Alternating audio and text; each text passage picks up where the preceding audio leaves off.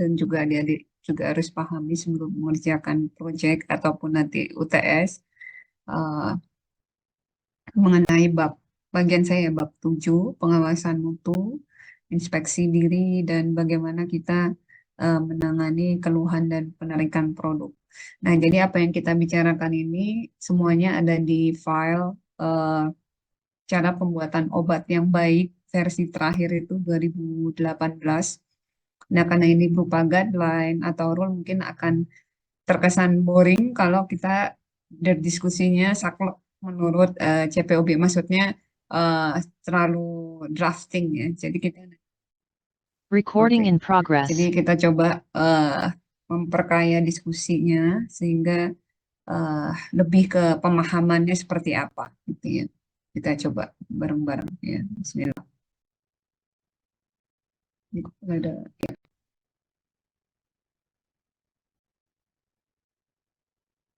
Nah, di sini ya sebelum kita bahas mengenai tadi ada penjaminan mutu, inspeksi diri, dan bagaimana menangani apa keluhan dan penarikan produk. Di sini saya mau menyampaikan bahwa apa yang kita atau apa yang kita ikuti di draft cara pembuatan obat yang baik itu juga terinspirasi dari GMP ya, Good Manufacturing Practice. Jadi GMP, Good Manufacturing. Jadi good baik uh, manufacturing perpabrikan atau apa ya, dari dari hulu sampai hilirnya proses industri gitu ya. Good Manufacturing Practice. Itu ada 5 pilar yang utama yang harus kita pahami dan ini mau di bab manapun ya, pengawasan mutu, inspeksi diri, penanganan keluhan penarikan, pilar itu selalu diterapkan ya, namanya pilar ya.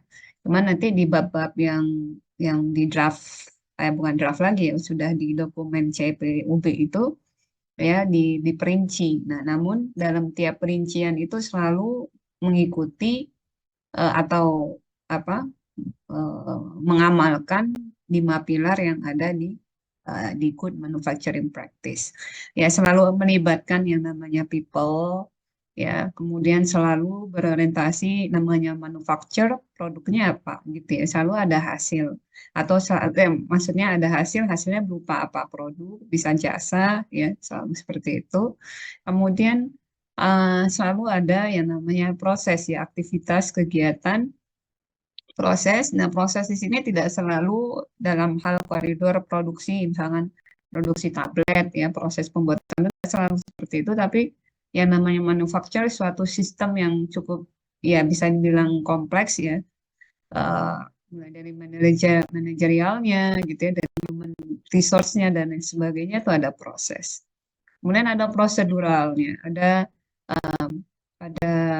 step-step ya, baik itu produksi, baik itu manajemen, di mana-mana lah ya.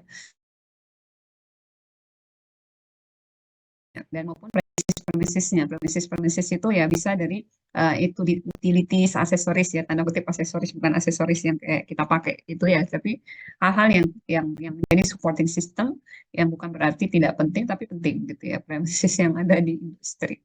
Nah, jadi people ya dimanapun unit bagian dari bab-bab tadi ya, misalnya tadi pengawasan mutu pasti harus ada people-nya, inspeksi diri harus ada people-nya, terus siapa yang nanganin dan narikin produk ada people-nya gitu ya, terus produknya juga sama, apakah bagian manajemen dia harus menghasilkan produk yang namanya apakah panduan dokumen gitu kan, atau apa namanya rule yang harus diikuti itu ya, tiap tiap unit itu selalu ada produk yang dihasilkan ya, baik baik itu produk manufaktur maupun dokumen-dokumen ya. Kemudian dalam hal proses semuanya harus dipastikan ya, di sini ada highlightnya ya, setiap activity harus terdokumentasi, terrecord, kemudian terjamin keseragamannya. Keseragamannya apa? Baik dalam konsep manajemen atau people, artinya semuanya harus sama-sama paham, misalkan semuanya harus mengkondak atau mengaplikasikan rule atau standar yang sama. Ya, kalau dalam hal produksi, pastikan uniformity, artinya kalian misalkan udah buat produk tablet atau sirup, suspensi atau steril. Ya, let's say lah, uniformity, misalkan dalam pencampuran serbuk, ya harus ada standarnya, ya, dan lain sebagainya. Nah, itu semuanya harus dipertimbangkan dalam setiap bab. Ya, kemudian ada, ini mana? Ya, ini proses ya. Precise ya, ketepatan dalam segala hal ya, tadi setiap unit-unit yang ada di sistem kepabrikannya, ke pabrik atau manufacturing atau industrinya, ya, maupun bagaimana ini circulated to all employee ya, untuk semua pegawai, ya, bagaimana menjadikan atau menstandardisasi pegawai tiap unit itu bisa paham, ya, bisa memang, ya, memang orang yang masuk ke dalam tiap unit tertentu dalam industri itu harus sesuai spek, apa, istilahnya fit and proper test ya. Jadi sesuai dengan spek manusia atau keahlian yang diharapkan. Selain itu juga ada training-training yang mendukung gitu ya kalau dari human resource-nya. Makanya nanti kalian kalau bekerja pasti akan terus diminta upgrade ya, misalkan ya, training-training macam-macam ya. Jadi tergantung unit di mana kalian bekerja. Nah, itu artinya industri atau manufacturernya, manajemennya itu bagus ya, karena selalu mengupdate people ya, karena itu bagian dari uh, part of pilar dari cara pembuatan obat yang baik atau GMP tadi ya, di mana manusianya harus dipastikan uh, update dengan keilmuan di tempat dia bekerja ya, lewat training training ya, atau pelatihan-pelatihan seperti itu. Nah, pilar-pilar yang lainnya ya mulai dari juga prosedural ya. Jadi bagaimana misalkan penjaminan mutu, inspeksi diri, kemudian penarikan produk atau penanganan keluhan, pastinya harus adanya produk dari tim ahlinya atau manajemennya. Bagaimana cara menjamin mutu dari produk yang dihasilkan ataupun penjaminan mutu dari human resource-nya. Itu harus ada guideline-nya, ada aturan-aturan yang harus diikuti ya, seluruh bisnis ya, bisnis artinya bukan bisnis jual beli ya. Jadi ini ya bisnis, aktivitas dalam industri tersebut ya harus dipastikan ada guideline dan rule yang harus diperhatikan. Nah, karena itu kita di sekolah farmasi, apa maksudnya di fakultas farmasi, adik-adik dilatih ya sebenarnya dalam laboratorium itu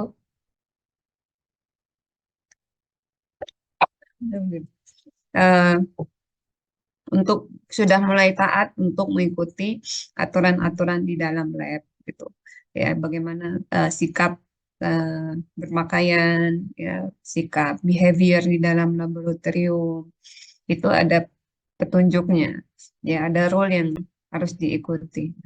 Dan ya nasibnya farmasi itu profesi yang diatur oleh regulasi ya, jadi adik-adik juga tidak bisa sesuka kita ya untuk melakukan aktivitas yang kalau memang masih di ranahnya memilih karir di ranah farmasi, ya mau nggak mau kita harus follow regulasi ya, termasuk juga ini cara pembuatan obat yang baik, karena akan dievaluasi kalau suatu industri itu tidak mengkondak yang namanya CPOB, ataupun kalau dia mau naik grade misalkan ya jadi sistem GMP agar misalkan produknya mau diekspor gitu, dia harus terapin GMP, dan itu ya ada evaluatornya ya, ada komisinya atau ada orang yang investigasi dia menerapkan atau enggak.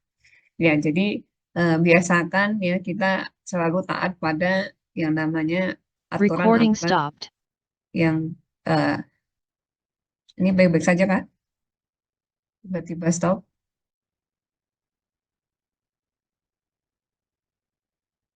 Oh, oke.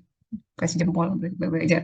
Ya, eh, dimanapun kita berada gitu. Mulai dari adik-adik sekarang masih standar mahasiswa, ya berlatih untuk tidak menjadi tanda kutip wild ya. Jadi kita tuh nggak bisa yang namanya di farmasi kita sangat diatur sama hukum dan regulasi ya, ada guideline nggak pun hanya hukum ya atau regulasi ya, itu standar ya, kalau kita nggak ikuti ya produk kita nggak dibeli ya, atau tidak laku atau tidak bisa terregister ya, seperti itu.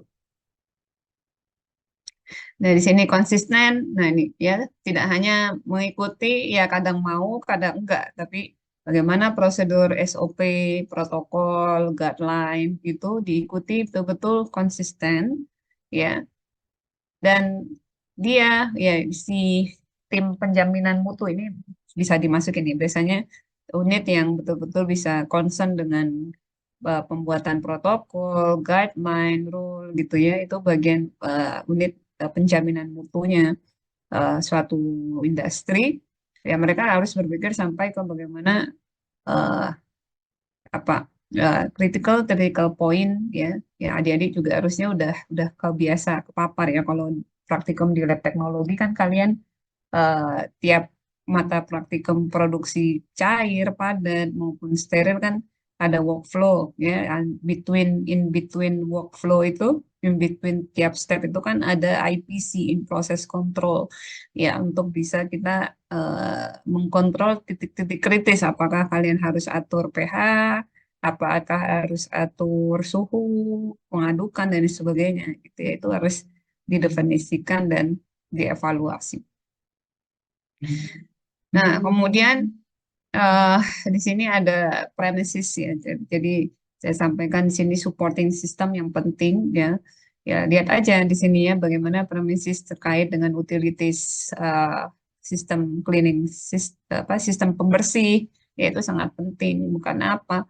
Ya bisa memprevent dan menjaga agar tidak terjadi kontaminasi. Ya, kontaminasi bukan berarti jorok ya, atau kotor ya, karena kita bicaranya industri farmasi, kontaminasi yang misalkan dia memproduksi banyak line ya, banyak produk, ada produk antibiotik, ada analgesik, macam-macam.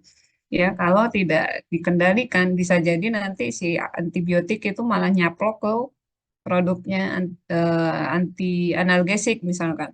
Ya.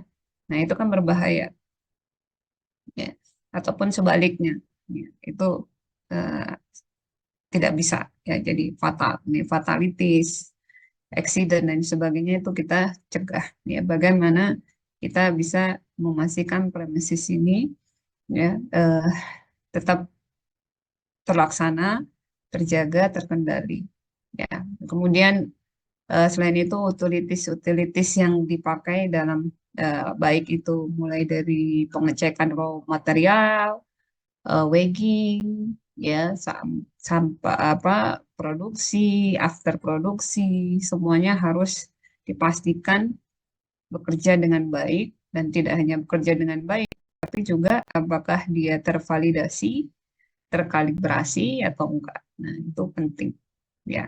Dan ini kalian juga sebenarnya harus terapkan juga the way kalian bekerja nanti di lab saat tugas akhir misalkan.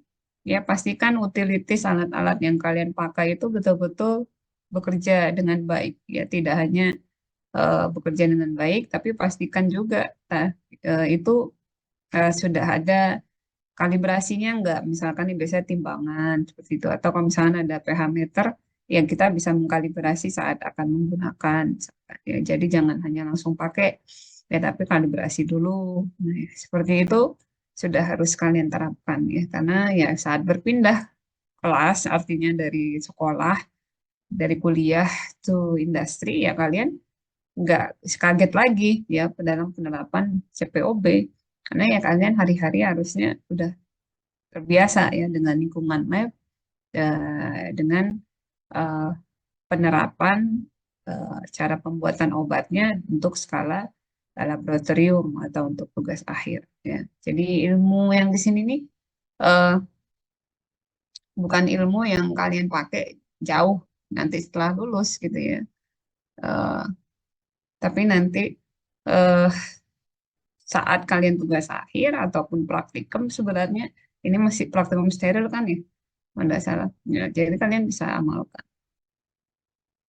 Kalau ada pertanyaan bisa curhat ya, alias chat. Boleh di chat di inbox ya. Ataupun kalau mau langsung curahkan dengan suara, voice bisa open mic. Jangan nunggu dari saya. Oke ya.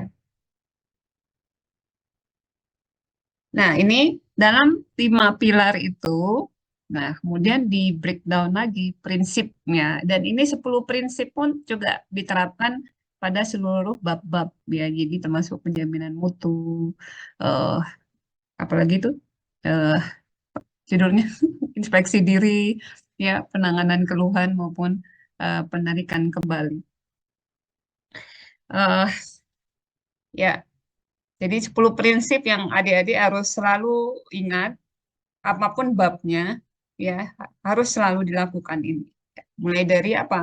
Prinsip kata establish control and consistent performance by defining operating procedure and work instruction ya. Jadi unit apapun atau bab apapun ya sebelum kita melakukan penjaminan mutu, inspeksi diri, penanganan keluhan seperti yang sudah saya sampaikan bahwa perlu ada the way-nya, how ya kita lakukan itu. Jadi ada istilah standar apa namanya SOP ya, standar ini campur-campur ya bahasanya, operating procedure ya. Jadi standar operasi prosedur terstandarnya gitu ya, atau instruksi kerja atau protokolnya harus seperti apa yang dan ini pun juga dokumennya harus sudah di approve gitu ya. Jadi nggak hanya sekedar sembarang dokumen. Ya, jadi itu pasti manajemen nanti bisa saya tampilkan sistem jaminan mutunya suatu industri itu ya ada manajemen mutunya dan mereka mengeluarkan dokumen-dokumen penting yang sudah tervalidasi dan sudah di-approve tentunya oleh pihak yang berwajib bukan berwajib ya punya punya otoritas. Nah, itu ketika sudah di-launching dan dikeluarkan maka eh, ya ini establish control-nya consistent performance ya. Jadi harus diterapkan untuk seluruh pihak yang terkena ya apakah satu dokumen untuk seluruh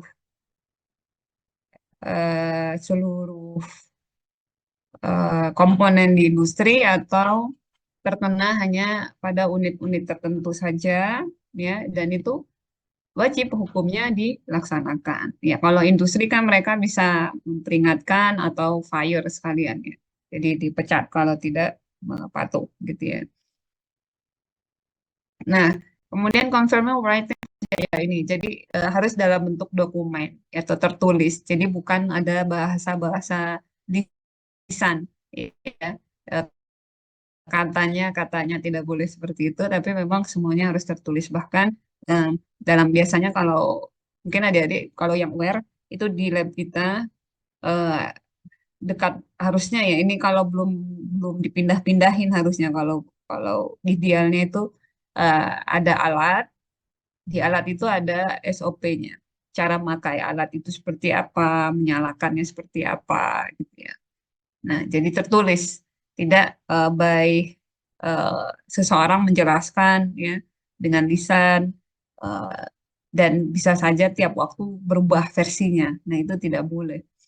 Ya, jadi karena itu harus tertulis. Better compliance and traceability through proper work documentation. Nah, balik lagi tadi ya di pilar, ingat tadi pilarnya ya.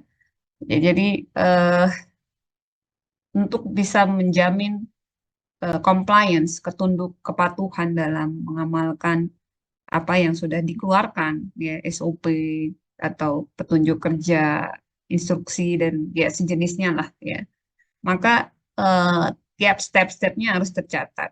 Ngapain aja gitu ya. Sudah melakukan pengecekan bahan baku, ada apakah sudah melakukan penimbangan, itu ada cek-cek-ceknya, cek-cek check point ya dan itu terdokumentasi dan bisa di tracking. Nah, sekarang zamannya digitalisasi ataupun nambah lagi itu ada AI ya atau Internet Things ya bisa real time masukin data. Nah, itu lebih mudah ngetrace-nya ya ketimbang eh, sistem konvensional tertulis, tapi ya itu tertulis juga sudah cukup baik juga ya dan diterapkan lama, cuman hanya saja untuk bisa men-trace-nya kan take time ya ketimbang kalau kita bisa lihat digitalisasi atau Internet Things atau AI ya itu lebih real time cepat in second. Ya, jadi ya intinya maupun mau pakai teknologi ataupun tertulis ya manually ya itu semuanya harus bisa terdokumentasi dan agar apa? Ya tertrack kalau terjadi suatu hal yang tidak memenuhi syarat atau memenuhi kriteria standar yang ditetapkan apakah endpoint produknya malah keluar dari kualifikasi itu kan harus di-track salahnya di mana ya itu harus dipastikan bisa di-track. Jangan sampai tuduh-menuduh. Nah, itu nggak bisa. Ya, nggak bisa tuduh-menuduh. Oh, di unit misalkan pergudangan atau di unit quality control atau di produksi itu nggak bisa. Harus bisa dicek di mana kejadiannya. Ya, dengan cara apa? Ya tadi bukti-bukti nyata. Bukti-bukti nyatanya apa yang tertulis gitu ya. Nah, seperti itu. Nah, ini ya, proper validation. Pastikan apa mulai dari dokumennya sudah tervalidasi, ya prosedur kerja. Jadi nggak sembarangan nulis dokumen petunjuk kerja itu nggak sembarangan. Ya, itu dikeluarkan, dia apa dipelajari, direview sampai hingga nanti bisa di-approve ya. Dan tentunya itu sudah di-approve diikuti. Dan sama juga dengan kalau validasi terkait utilities equipment, ya tentu sesuai dengan petunjuk dari eh, produsen alat itu bagaimana sih kita harus memvalidasinya dan seterusnya. Ya. Prinsip berikutnya stable system dan equipment. Nah, ini ya bagian dari part penjaminan mutu. Bagaimana produk itu terus dihasilkan itu ajak berulang. Kualitinya tetap terjaga mau siapapun, kapanpun waktu produksinya ya.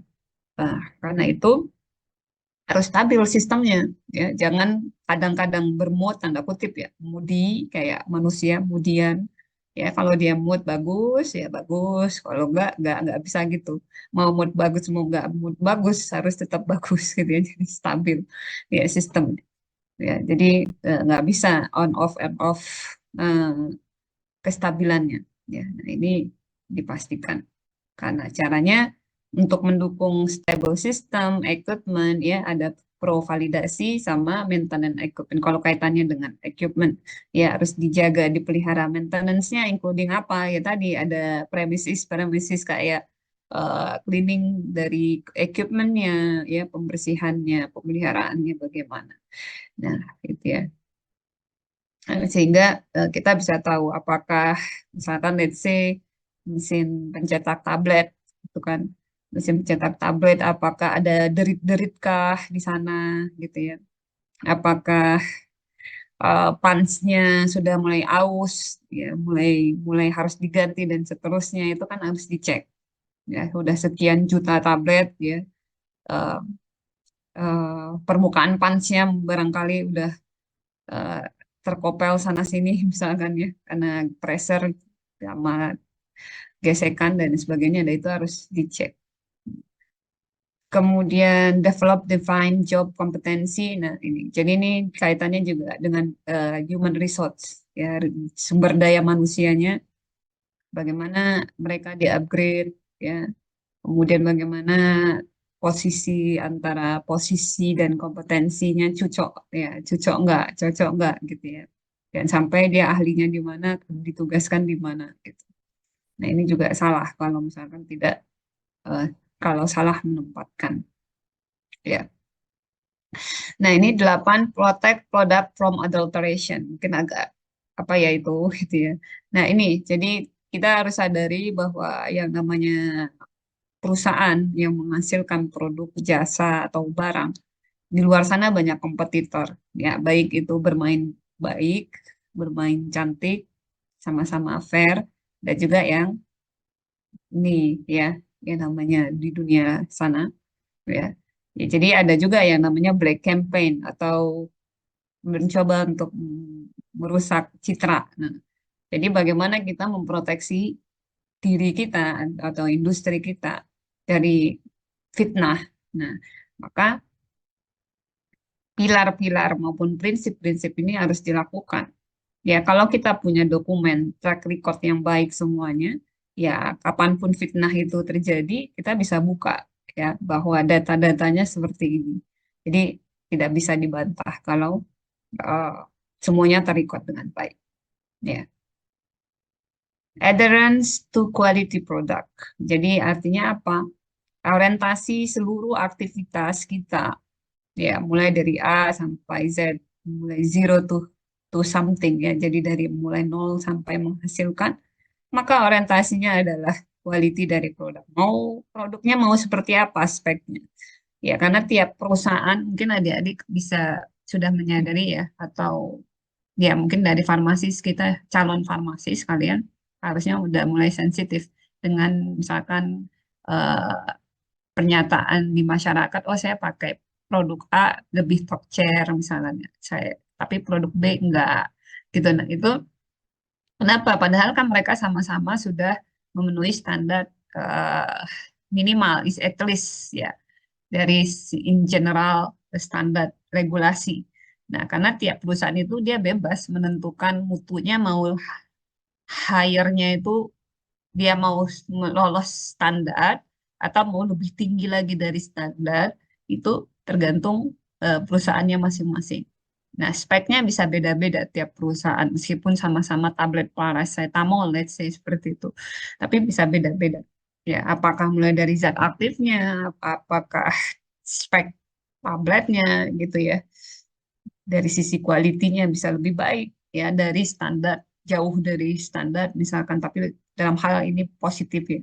Nah, itu bisa karena bagaimana perusahaan itu bisa menghasilkan produk seperti itu ya tentunya dia harus mengorientasikan dari hulu sampai hilirnya untuk mencapai quality yang sudah disepakati oleh pemiliknya misalkan ya, top manajemennya ya, mereka pengennya seperti ini produknya ya harus seperti itu.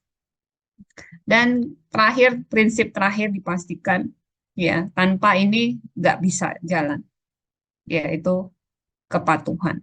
Ya, kalau mulai dari 1 sampai 9 nggak ada yang menerapkan ya sia-sia. Ya, jadi kepatuhan itu penting dalam menerapkan seluruh pilar maupun prinsip 10 prinsip ini. Jadi gampang aja adik-adik mau ngomongin apapun kalian di CPOB, terapin aja 5 pilar dan 10 ini, diingat ya.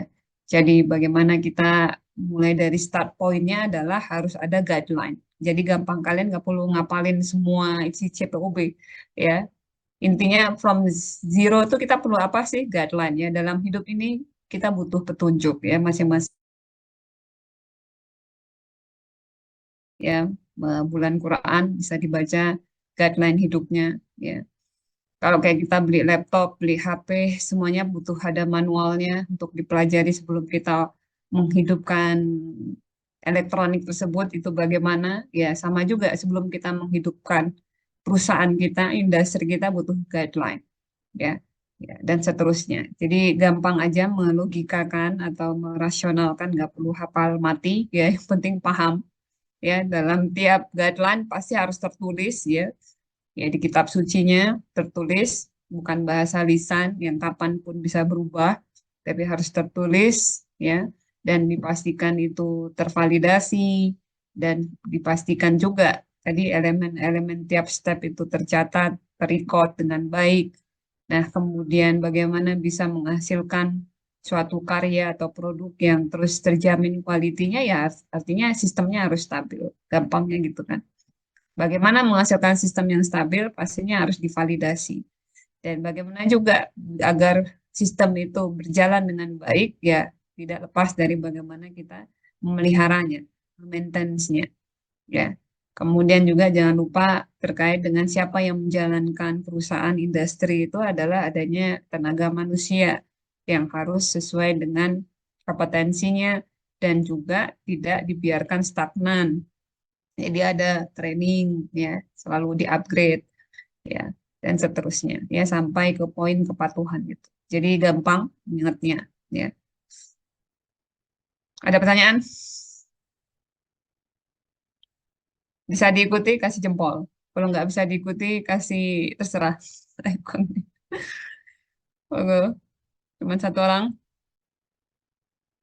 bisa kasih ekspresi yang meriah juga nggak apa-apa. Monggo tepuk tangan biar kalian tidak ngantuk. Mana nih masih sekian ratus orang tidak ada respon. Yang lain tidur kah?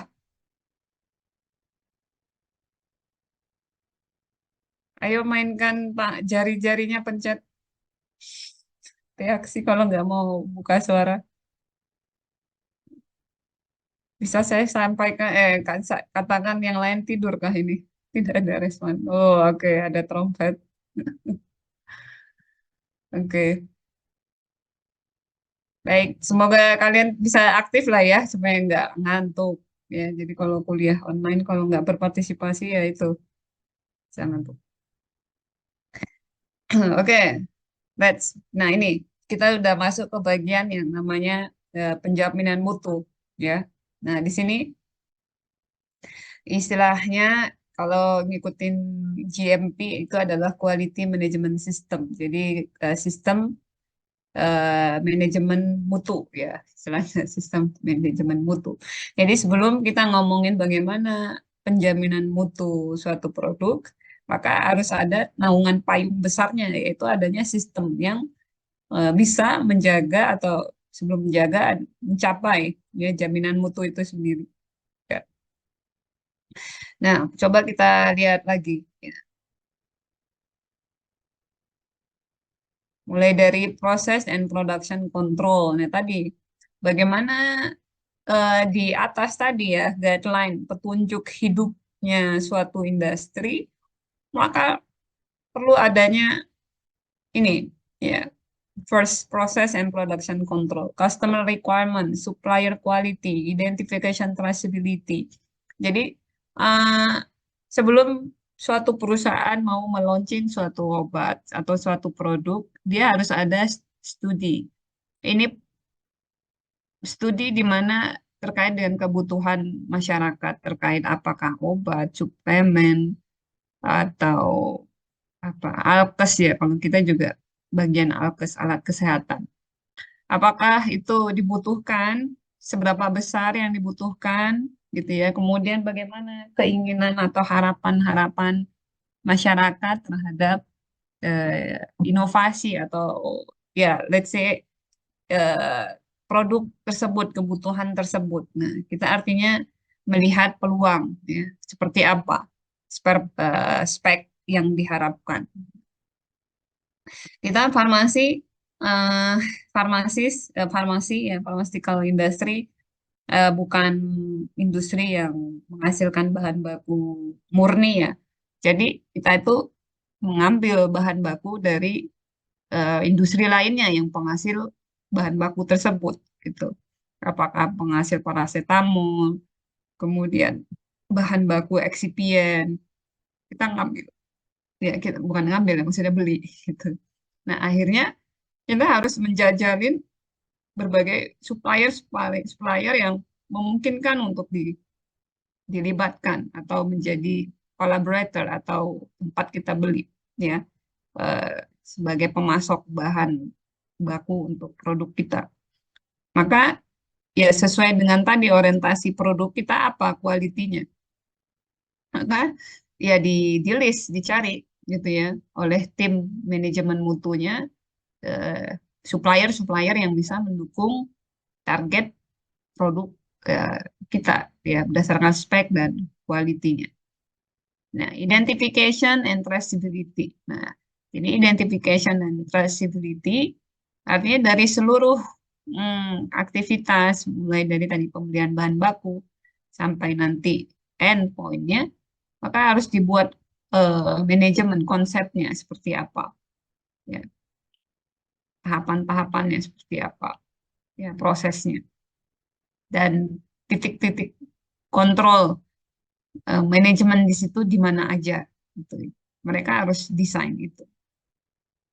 Ya, nah makanya nanti lanjut turun ke bawah sini ya, desain kontrol, breakdown lagi desain kontrolnya. Kita ingin memproteksi jalannya proses itu hingga produk itu dari segala eksiden kontaminasi dan lain sebagainya.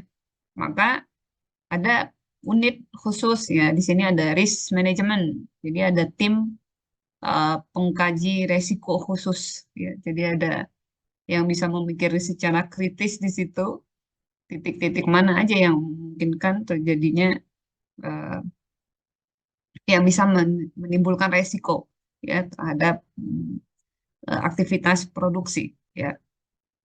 Tidak hanya produksi, maksudnya in unit produksi ya, dari seluruhnya ya. Kemudian desain kontrol input dan output ya. Input dan outputnya mau seperti apa. Baik itu yang melibatkan manusia, inputannya bagaimana dan outputannya bagaimana, sampai tadi yang betul-betul melibatkan proses core produksi produknya. Ya. Nah, kemudian lagi-lagi ada verifikasi dan validasi. Itu nggak lepas. Ya, verifikasi, validasi. Baik memverifikasi manusianya ya maupun nanti validasi produk maupun premises atau utilities atau equipment. Nah, kemudian dari tim quality management system, mereka juga ada tim yang namanya product surveillance ya. Ini gambarnya kayak gambar CCTV. Ya, kenapa? Karena mereka yang akan mengamati segala pergulatan ya ketika produk itu di launching atau didistribusikan, dan mereka harus tahu ya punya record di mana penyebarannya itu ya, dan ini kalau terjadinya komplain ya, risk monitoring, vigilance ya itu akan masuk ke mereka ya. Mereka harus punya manajemen komplain, harus ada modul atau tadi SOP atau guideline handle komplain ataupun manajemen monitoring resiko terhadap produk mereka. Sekiranya misalkan produk-produk yang rentan terhadap suhu tinggi, misalkan ya ternyata penyataan di lapangan di Indonesia ini ya kita nggak begitu strict untuk menjaga mutu produk ya dengan penyimpanan yang tepat misalkan ya karena di toko obat atau masuk ke desa atau mana gitu ya. Ya sehingga itu harusnya bisa diakses dari awal ya, ketika ada klaim-klaim itu udah sudah bisa ada eh, parameter itu bisa diterima klaim dari masyarakat memang salahnya kita atau memang karena error distribusi di lapangan. Itu bisa harus di dipikirkan atau bahkan ya tadi ya, bisa didetailkan oleh unit ini. Nah, kemudian ada bagian khusus dari sistem manajemen ini resources-nya ya. Resources kita kita di industri ya maksudnya. Itu mulai dari yang pertama yaitu namanya human resources personalnya. Jadi kan tentu orang-orang yang diterima di industri bukan sembarangan orang yang lulusan mana gitu ya, entah berantah yang jauh tidak relate, ya, tidak bagian dari industri itu diterima, nggak mungkin. Ya tentunya orang yang diterima sesuai dengan kebutuhan kompetensi industri tersebut. Ya, nah mereka akan mapping atau menuliskan kebutuhan personal yang misalkan untuk unit produksi dia butuh lulusan mana aja. Misalkan ada lulusan farmasi, ada engineering, ya, dan seterusnya mereka harus desain. Nah, untuk mensupport berjalannya produksi itu lancar, ya terhindar dari masalah dan sebagainya. Nah, dan bagaimana mereka terus di-upgrade, ya, training-training, ya itu juga harus didesain oleh sistem manajemennya. Tiap perusahaan bisa jadi beda-beda pasti, tapi namun tetap ada kesamaan semuanya ya, core-nya tadi pasti ada sama-sama ada training, tapi trainingnya apa ya bisa jadi beda-beda. Tergantung misalkan penerapannya perusahaan A sudah melakukan GMP, ya mungkin ada upgrade resources untuk bagaimana bisa paham dan comply terhadap guideline GMP. Ada juga perusahaan yang lain masih CPOB aja, macam-macam. Atau ada ISO, standar-standar internasional, ya itu bisa beda-beda. Kemudian resources dari infrastruktur, nah pemeliharaan bangunan, terus apa, utility ya, equipment seperti itu, sistem waste management, cleaning dan lain-lain. Nah itu juga harus dirumuskan ya oleh tim manajemen mutu ini. Work environment, nah work environment-nya bukan berarti environment secara fisik ya, tapi budaya kerja, suasana kerja juga bagian dari itu semua ya. Jadi ini eh, terkait tadi bagaimana bisa memastikan comply terhadap rule, terhadap guideline, terhadap standar seperti itu ya.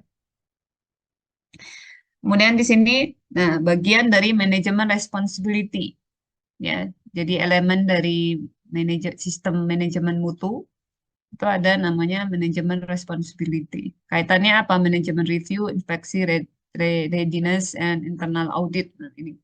Jadi manajemen responsibility ini ya bagaimana sebelum regulator alias kayak BPOM kalau memang dia masih lokal, maksudnya nasional, tapi kalau internasional tentu ada nambah lagi. Sebelum direview atau diinvestigasi oleh pihak eksternal, pihak luar, ya dalam hal ini yang akan menentukan kita dapat izin edar, ya atau produknya di stop atau enggak, maka kita harus sudah punya eh, kemampuan atau unit juga yang bisa jadi polisi, tanda kutip ya, polisi eh, produk kita atau eh, sistem manajemen kualitas produk kita.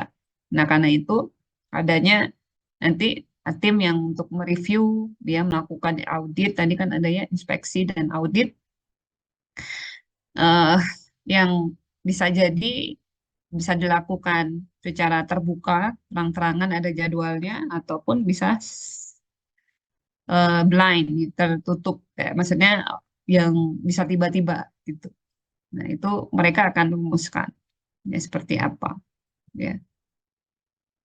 Kemudian ketika ini corrective and preventive action. Jadi tidak hanya sampai bagaimana industri atau perusahaan itu melakukan inspeksi diri, tapi juga how to fix it ya. Jadi ketika menemukan hal-hal yang kurang, hal-hal yang perlu di-upgrade, maka ada tim yang merumuskan, memikirkan ya bagaimana kita eh, mengeliminasi atau mencegah atau mengimprove ya, verify effectiveness. Nah, ini. Jadi atau rasanya kurang efektif itu harus dirumuskan atau dipastikan ya oleh tim ini. Ya, ini udah ada gambar apa ini? Kunci Inggris ya, istilahnya ada obeng ya. Jadi mereka akan mengurus hal-hal yang kendur misalkan ya, atau hal-hal yang over gitu ya, over ya, itu mereka akan atur di situ. Nah, kemudian di sini ada istilah change management. Nah, change management ini kalau memang eh quality management system change management ya. Jadi kalau memang dibutuh ini artinya elemen-elemennya ya, elemen quality management system. Ketika misalkan ada yang kurang atau ada yang kurang pas ya dalam handle aktivitas dari eh, industrinya, ya bisa jadi akan ada perubahan-perubahan manajemen di sana. Ya, apakah ada penambahan? Biasanya kalau kurang sih nggak penambahan. Ya kalau ada dia membangun suatu sistem yang baru di industri itu, ya misalkan ada riset riset based produk yang betul-betul masih in the future gitu, Ya, mereka mungkin akan menambahkan komponen di sana. Ya, bagaimana nanti riset itu tidak menjadi sumber kontaminasi ya. Misalkan ada research biology atau bioteknologi, main dengan virus dan lain sebagainya. Nah, itu kan ada khusus lagi ya, seperti itu. Ya, risk review dan lain sebagainya. Nah, jadi dari inilah, dari sistem inilah yang akan eh, bekerja terkait dengan apa yang kita mau obrolin. Ini mungkin ongoing ya, bukan mau diobrolin, sedang kita omongkan ya. Jadi bab jaminan mutu, inspeksi diri, penanganan keluhan itu tiga kesatuan yang berada di bawah naungan ini. Ya, udah jam berapa ya? Kapan ya? Oke. Nah, ini suatu pernyataan dari orang yang memang bergelut yang sudah menghabiskan waktunya di industri McKinsey and Company dan company-nya. Dia ya menyampaikan bahwa dari apa yang mereka alami ya sekian puluh tahun mulai berubahnya industri mereka dari yang konvensional tuh semi robotik ya atau otomisasi, mereka sampaikan bahwa empirical study on human error so that accuracy is only 91%. Ya, jadi human errornya itu ya, bahwa human error berarti di sini ada 9% ya. Kalau secara empiris studi didapatkan dari pengalaman mereka di industri mereka ya bahwa akurasi itu hanya kecapainya 91%, masih 9% yang luput ketika dokumentasi itu dilakukan secara manual, dicatat pakai tulisan gitu ya. Itu cara manual. Nah, namun ketika mulai diterapkan automisasi ya itu become even stronger argument for manually making an even stronger argument for automation. Jadi ini debatable juga ya kalau misalkan otomisasinya itu bukan yang melibatkan sensor atau AI atau apa namanya robotik seperti itu ya. Ya, jadi kalau otomisasi itu kan eh, nggak semuanya langsung otomatis bekerja, ya butuh juga manusianya sendiri gitu. Sometimes ini jadi pertanyaan eh, dalam diri mereka ya, maksudnya dari kompaninya sendiri gitu. Jadi kalau mereka udah berjalan sekian puluh tahun, barangkali dokumentasi termanual, ya apakah diketik pakai komputer oleh manusianya sendiri atau ditulis gitu ya, akurasinya masih 91%. Nah, maka barangkali sekarang perkembangan AI, ya, artificial intelligence atau real time sensor seperti itu, ya bisa jadi akan mengurangi kebutuhan manusia. Ya, jadi adik-adik saingannya in the future bukan manusia dengan manusia, tapi kalian dengan AI. Nah, sekarang di sini ya AI luar biasa. Ya, jadi kalian harus menunjukkan keunikan sebagai human being yang tidak bisa digantikan oleh AI. Ya, jadi berpikir sekarang tidaklah jadi seperti lulusan yang biasa, tapi bagaimana menjadi lulusan yang unik, unik dalam arti yang baik ya, yang positif. Ya, jadi itu yang perlu kalian create dalam jiwa diri kalian masing-masing. Ada keunikan yang nggak bisa dimiliki oleh siapapun selain diri kalian. Nah, coba tuh dalamnya. Oke, ya. Nah, ini terkait dengan eh, bagaimana ya tadi di akhir 10 prinsip tadi, kalau tidak ada terakhir ini compliance ini sama aja gitu ya, mau secantik, seideal apapun eh, sistem yang dibangun, kalau elemennya nggak comply ya tetap aja ya orang-orangnya maksudnya. Nah, jadi di sini mulai ya tadi mulai dihadirkan yang namanya guideline, SOP, petunjuk kerja yang betul-betul tertulis dengan rapih, dengan jelas, tidak multitafsir, tidak butuh nyari tafsir, memahaminya gitu ya. Eh, Tidak butuh tanya sini, translation, translator, dan lain sebagainya.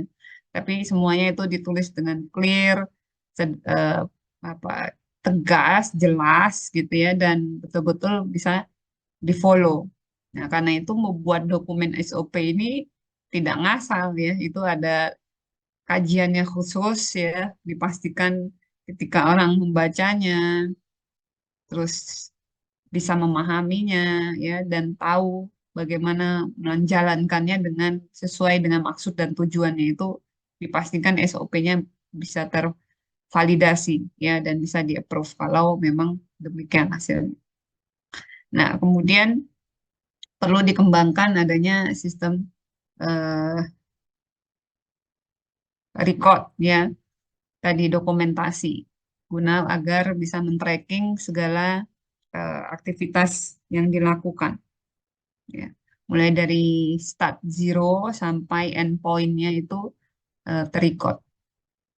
Nah, kemudian bukan mulai adanya, ya, seluruh aktivitas itu harus tervalidasi. Tadi mulai dari dokumennya aja harus tervalidasi, guideline-nya gitu ya. Kemudian apalagi termasuk dari prosesnya, ya, sistemnya, ya, elemen-elemen pendukungnya juga harus tervalidasi.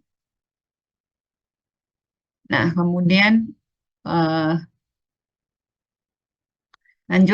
selanjutnya bagaimana bisa memastikan compliance itu sendiri adalah quality at the source, ya. Jadi effectively integrated quality and safety into every stage of product design, development, and manufacturing. Ya, jadi dalam seluruh aktivitas ya selalu melibatkan atau selalu berorientasi pada quality and safety. Yes, itu logo kita di farmasi, safety first.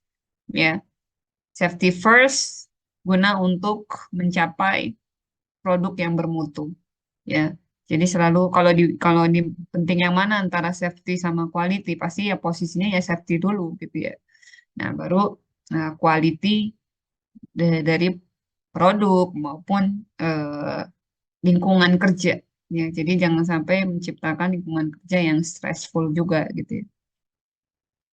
Nah, kemudian adanya peran unit yang harus melakukan quality control ini secara regularly maintenance equipment and facility to minimize safety issue ya, ataupun contamination, create a written record of the work performed. Nah, jadi ada bagian yang mengontrol quality baik human-nya maupun elemen pendukung, equipment, utility, facility, semuanya harus di apa ya, mata pengamat ya, maksudnya bukan mata telanjang, maksudnya peng- di bawah naungan ya, jadi selalu teramati ya, selalu terawasi ya seluruh komponen dalam industri tersebut. Ya, jadi kalau misalkan jarang melakukan kontrol ya, ya namanya manusia ya, bisa aja eh, tidak mengikuti itu ketika moodnya tidak baik dan sebagainya. Nah, kemudian ini ada industri farmasi ya, hygiene. Nah, itu pasti karena itu establish dan dokumen hygiene practice bagaimana untuk seluruh staff member ya, dan harus memfollow sehingga tidak ada istilahnya kalian belajar steril ya kan ya sekarang ya. Jadi jangan sampai ada kontaminasi pada produk farmasi karena misalkan ketombe misalkan gitu ya. Atau ada staf yang lagi terkena infeksi kulit gitu ya, debris-debris kulitnya kemana-mana dan lain sebagainya. Nah, itu kan tidak hygiene ya. Bagaimana industri itu bisa memastikan bahwa tidak ada sumber kontaminasi yang dibawa oleh stafnya. Ya, semuanya harus clean seperti itu. Ya. Nah, jadi keenam ini ya merupakan guideline yang harus di-create gitu ya, guna untuk mencapai kepatuhan ya terhadap standar cara pembuatan obat yang baik. Ya. Nah, di sini kalau adik-adik balik lagi ya, kalau kita petakan gerbong besarnya sistem penjaminan mutu itu mulai dari top manajemennya ya, quality management. Kemudian dari sini akan ada bagian divisi quality assurance.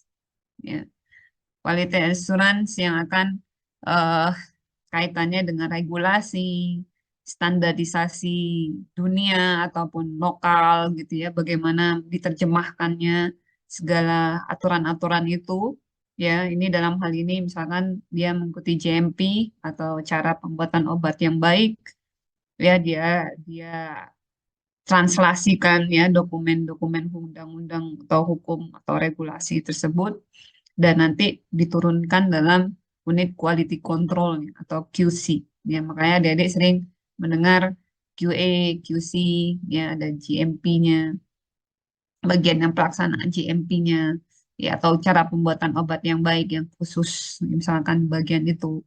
Dan tentu topnya ada quality management. Ya, itu jadi ada klasifikasi atau leveling untuk melakukan penjaminan mutu di suatu industri. Nah, ini summary-nya secara umum, karena nanti kita akan detailkan mungkin di pekan depan aja ya, di jam. Kita pertemuannya 1 jam intensif ya, karena ini via Zoom, jadi nonstop saya berbicara, kalian menyimak. Apa beda kalau di kelas saya bisa break untuk bertanya, untuk melakukan aktivitas. Jadi kita sambung satu eh, apa? Coba ini ada berapa slide ya kalau saya potong di sini. Cukup nggak pekan depan?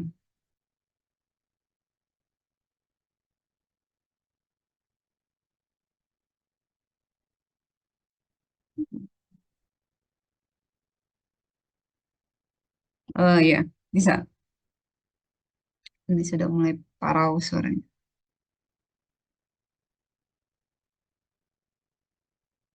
Nah, ini apa gambaran besar dulu saya sampaikan ke adik-adik ya terkait dengan 3 bab penjaminan mutu, eh, penanganan resiko ya ataupun penarikan kembali. Sampling ya, inspeksi diri sama apa penanganan keluhan.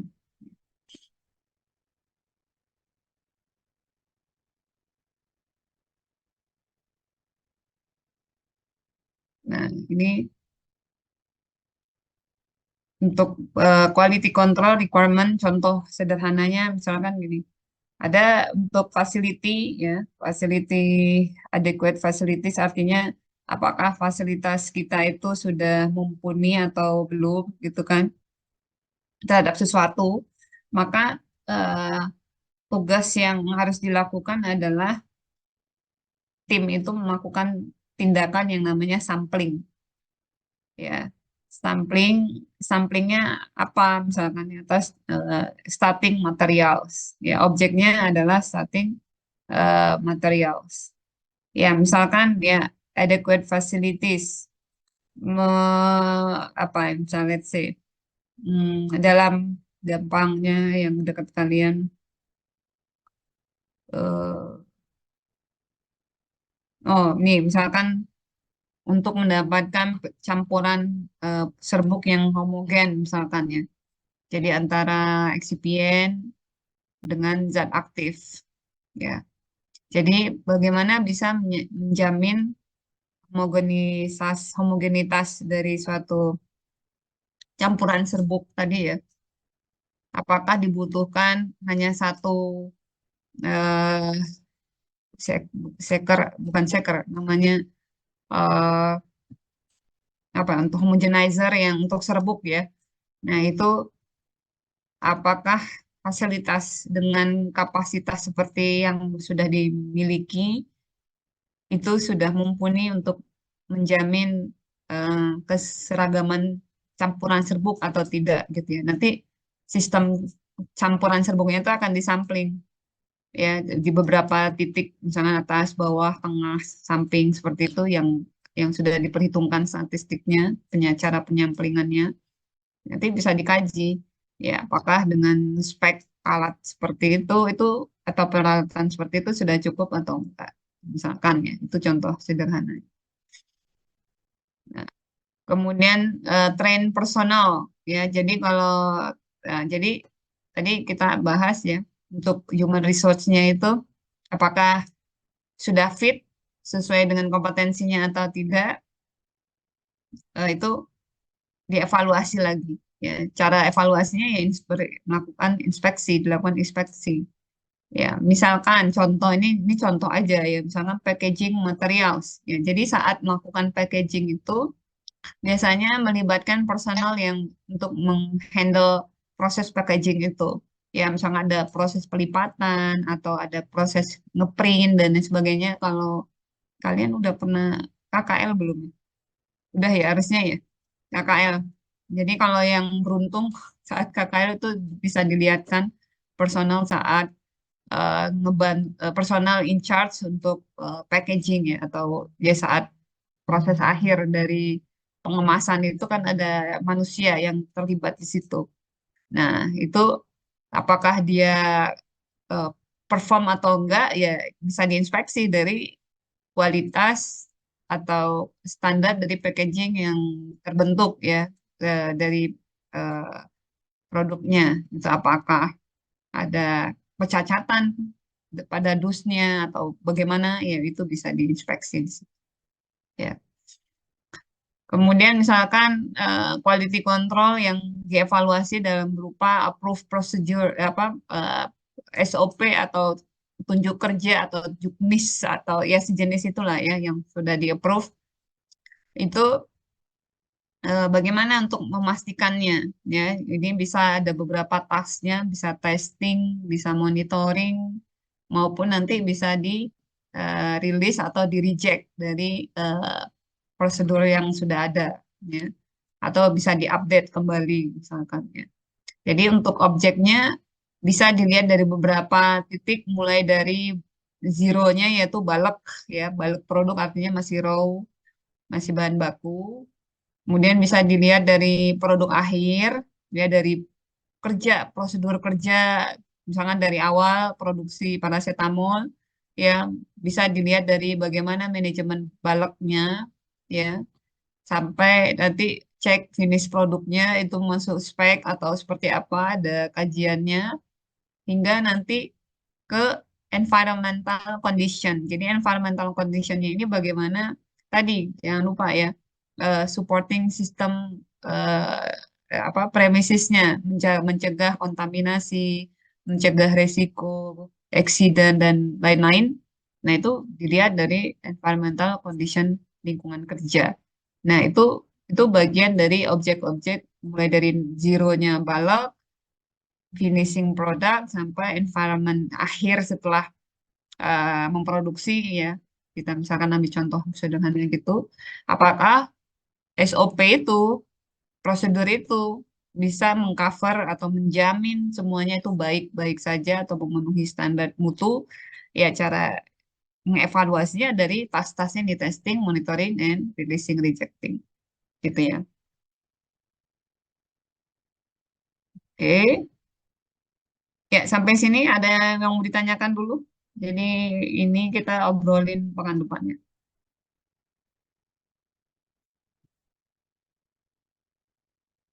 Oke, monggo pertanyaan.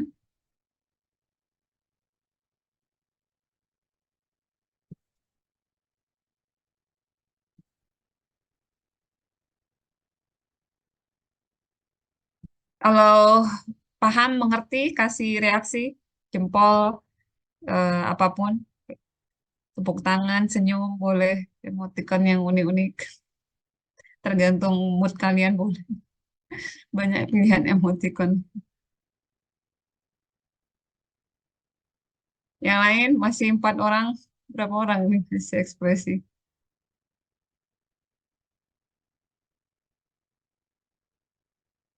Iya, dari 5 halaman, sampling tiap halaman. Oh, ini halaman 4 tidak ada respon. Halaman ini tidak ada respon pada tidur ya ini.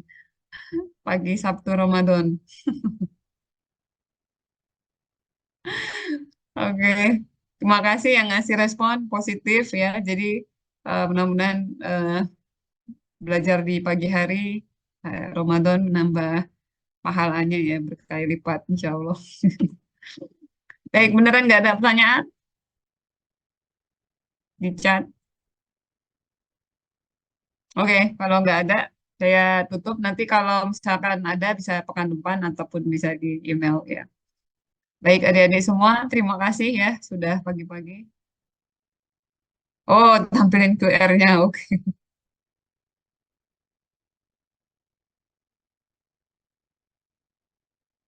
Oke, monggo yang belum scan.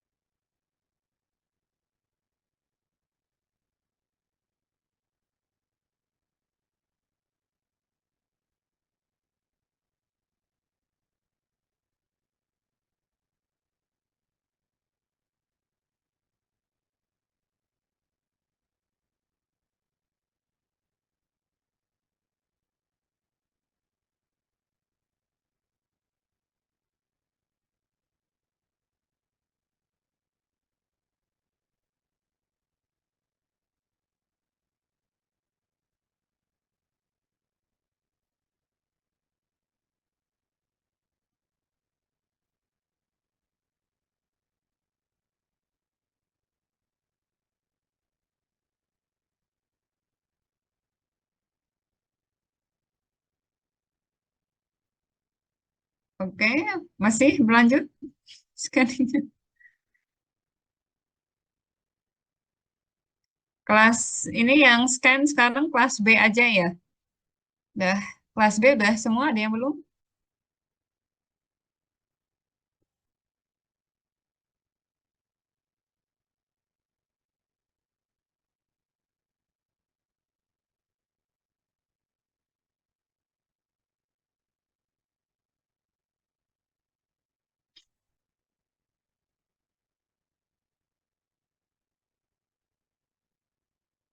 Oke.